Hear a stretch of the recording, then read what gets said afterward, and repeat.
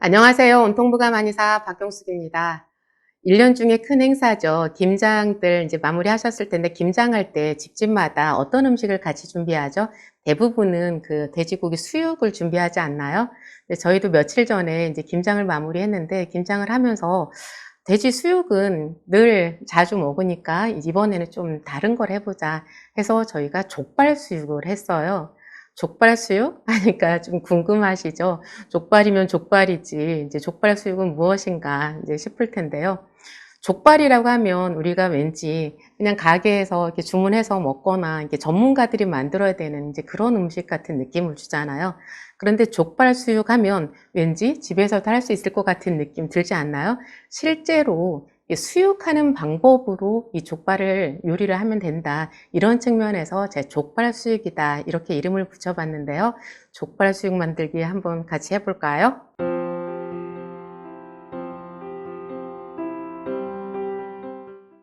제가 족발 수육을 하기 전에 이제 몇몇 분들이 이게 족발을 어떻게 만들고 있는지 한번 이렇게 살펴봤거든요.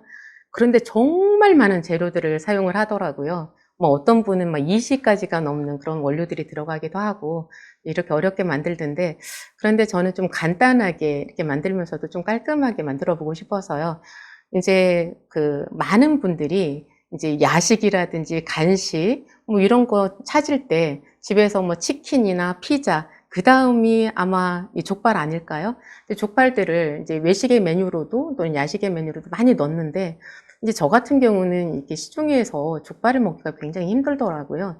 그 힘든 이유가 이게 맛이 너무 달거나 어떤 향이 굉장히 강하거나 이제 이런 것들 때문에 족발이 이게 머리로는 괜찮은 음식이다 싶은데도 사실은 먹기가 힘든 이제 그런 부분이 있었어요. 그래서 저는 달지 않고 깔끔하면서도 따뜻한 느낌을 주는 그런 족발을 만들 수 없을까? 이제 여기에 주안점을 두고 이제 족발을 준비를 해 보았는데요.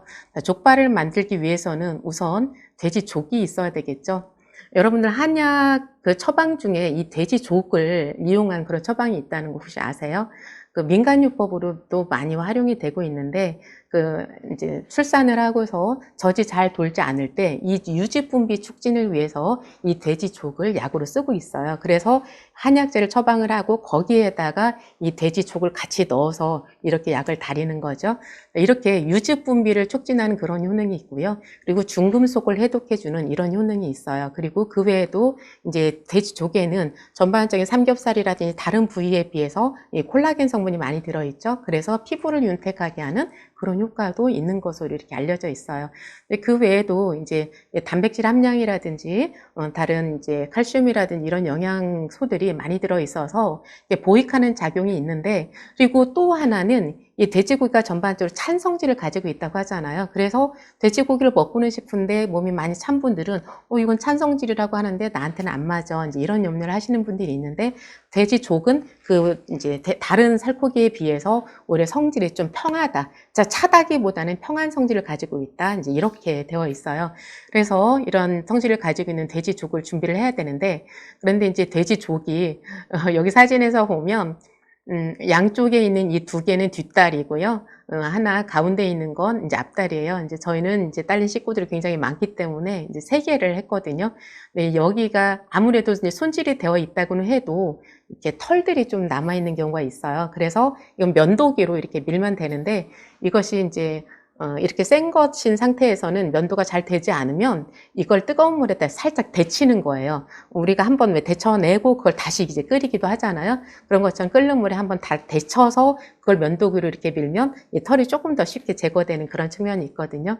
그래서 어찌됐든 이렇게 털을 제거하고요. 이렇게 해서 이제 세 개를 준비하고, 제가 족발 수육이라고 했던 것처럼 평소에 수육을 할 때랑 거의 똑같이 한다라고 생각을 하시면 돼요.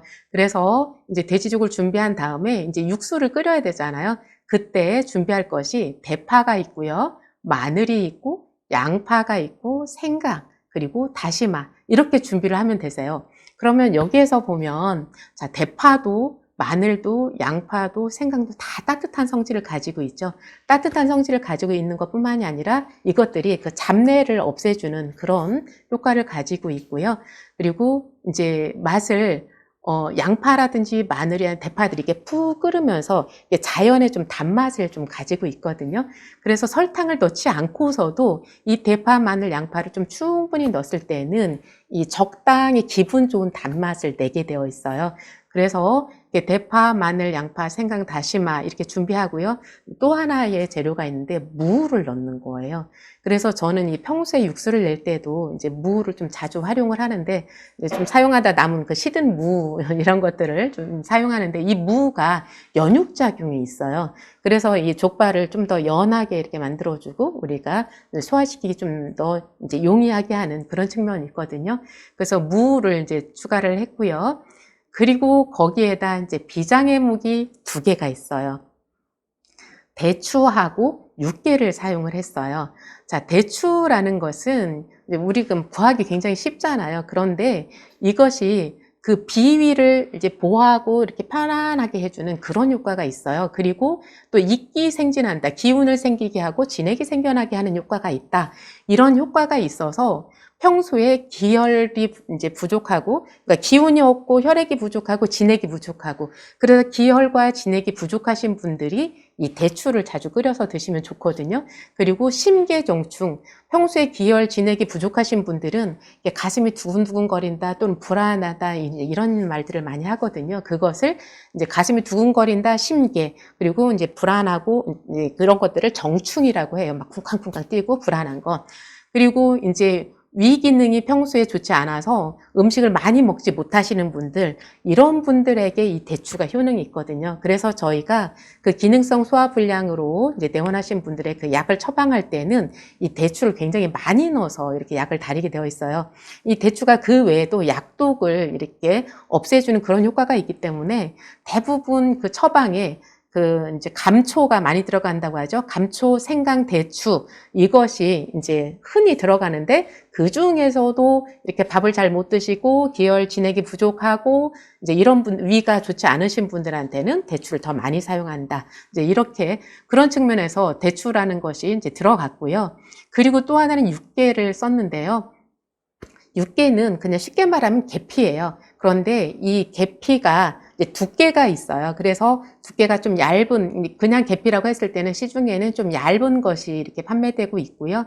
육개라는 것은 그 계피 중에서도 두께가 좀 더 두꺼운 그런 애를 이제 육개라고 해요.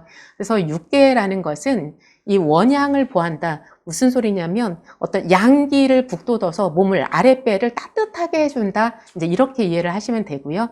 그리고 이제 비위를 편안하게 하는 그런 효과가 있어요. 그래서 그 몸이 찬 분들의 약을 할 때에는 부자와 육개가 이렇게 또 공통적으로 들어가거든요. 이제 그런 것처럼 이렇게 몸을 아랫배를 따뜻하게 하고 비위를 편안하게 해주는 그런 효과가 있어서 그래서 배가 이렇게 단단하게 뭉치거나 아랫배가 서늘하고 이런 분들 이런 것을 없애주거나 아니면 혈맥이 잘 소통되게 하는 거, 그러니까 혈액이 잘 소통되게 할 때 이럴 때 쓸 수 있고요. 그리고 배가 자주 아프면서 설사하시는 분들 이런 분들한테도 육개를 사용할 수가 있어요.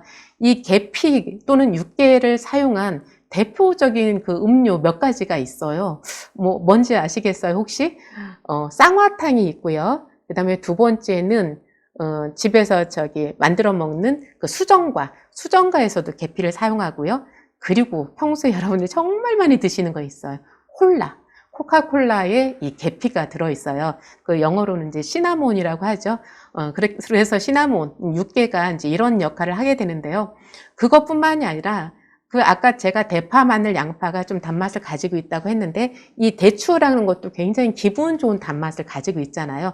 또 마찬가지로 이 육개, 계피도 이렇게 단맛을 가지고 있어요. 그러니까 이런 원료들을 썼을 때는 그 설탕으로 인위적인 단맛을 낼 이유가 전혀 없는 거죠. 그러면서도 이제 속을 따뜻하게 하면서 그 이제 비위를 편안하게 해서 이제 소화가 좀 용이하게 진행되고 평소에 설사를 자주 했던 분들도 좀 더 편안하게 드실 수 있는 이런 요리로 탄생할 수 있는 거죠.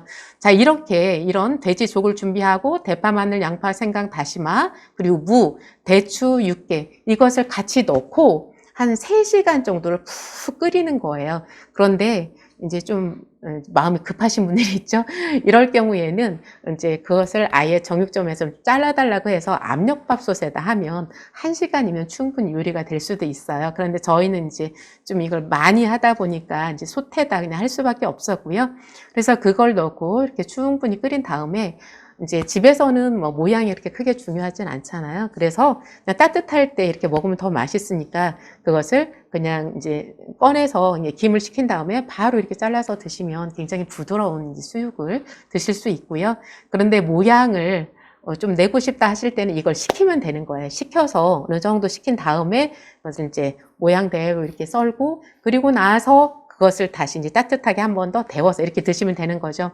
그래서 이제 저희는 이제 김장한 그 배추김치와 이제 무 속을 좀 따로 만들기도 했고요. 거기에다 새우젓. 돼지고기에는 뭐니 해도 새우젓이죠. 이렇게 해서 이제 먹어봤습니다. 이제 바야흐로 연말로 이제 치달으면서 이제 가족들 간에 모일 일도 좀 많아질 텐데요. 그럴 때 뭔가 이렇게 가족들끼리 함께 먹고 싶다 할 때 이렇게 족발수육 만들어서 드시는 건 어떨까 이런 생각을 해봅니다. 그리고 평소에 족발을 좀 드시기 힘들었는데 소화가 잘 안 돼서 드시기 힘들었다면 제가 오늘 레시피 드렸던 것처럼 무라든지 대추, 육개 이런 것들을 좀 많이 넣어서 끓이신다면 조금은 더 편안하게 드실 수 있지 않을까 해서 오늘 족발수육 만들기 함께 해보았습니다. 감사합니다.